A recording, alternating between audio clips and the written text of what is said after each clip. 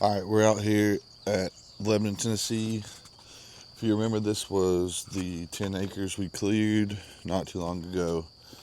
The soil scientists came in and found some other sites that should be suitable, so we're out here clearing probably about 2 more acres to get that going. And we first initially came out here to try to find the old septic tank of this old house so we could get grandfathered in. This is probably not suitable, but if we found the septic tank, they would grandfather us in. But this is what we found. So it was this old terracotta pipe just coming right out of the house. There was an actual Y there,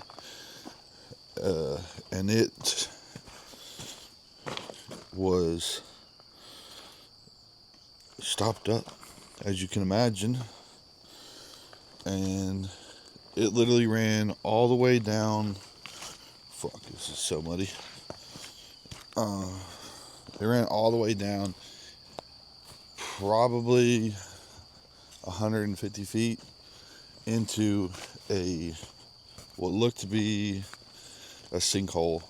This place is full of limestone, and it kind of just fell off into a sinkhole, and then that's where the pipe disappeared.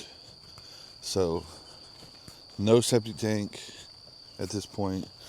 So we're gonna see if we can get away with the pipe. What they think. We called around, nobody seems to know, but this is where it kind of falls off. And digging around here, it was basically a sinkhole with some granite in it. But yeah, so we're gonna try to clear this land. It's difficult because it's all very heavily wooded, so we're just trying to get the underbrush out and get the soil sciences back in here, and maybe 7 5-acre plots, something like that. 8 if we can get the septic tank grandfathered in, which at the front of the property, so it would be nice to build there.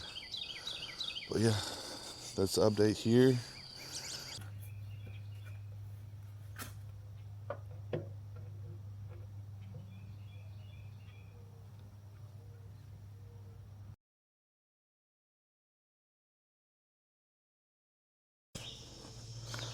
All right, well, the skid steer is having some issues over in Lebanon.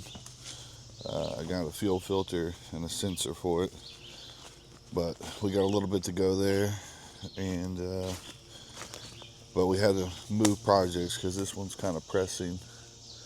We moved down over here in Bethpage, Tennessee, to a wooded lot. This is going to be basically a full site prep. Uh, we're doing the electrical line, septic tank, and house pad, and then cutting in a driveway. Well, it's just going to be dirt. It's quite a ways back, and budget won't allow for them to do gravel or anything like that. Which they have a Tesla, so they're gonna need to figure something out. But this is the terrain that you got to cut the driveway into. There's a construction drive, but it's so steep you can't get a Tesla up. And so we're gonna try to cut in some sort of usable uh, driveway, dirt. But I mean, I don't know how they're gonna get deliveries done and stuff like that, because this is some tough terrain. But we're gonna start with the electrical line. This isn't their road. This is a private road, but they have an easement in those woods over there for their electrical line, and gonna have to take out some trees. This house is going straight up into a hill. We're not getting the dozer till tomorrow.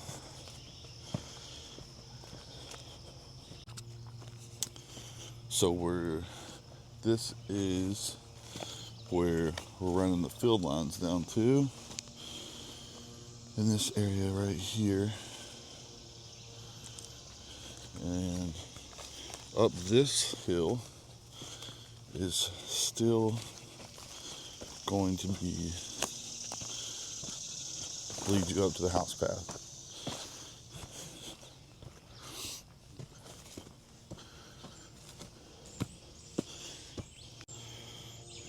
And this is the house pad area. So, pretty good slope to cut into. They're gonna need a retaining wall, but the crazy thing is these guys are working with a local barnuminium company, and when I first did my walkthrough with these guys, it was faced the other way, and they didn't really guide them in the right direction for a good house layout, what to expect, what to do, what to ask for.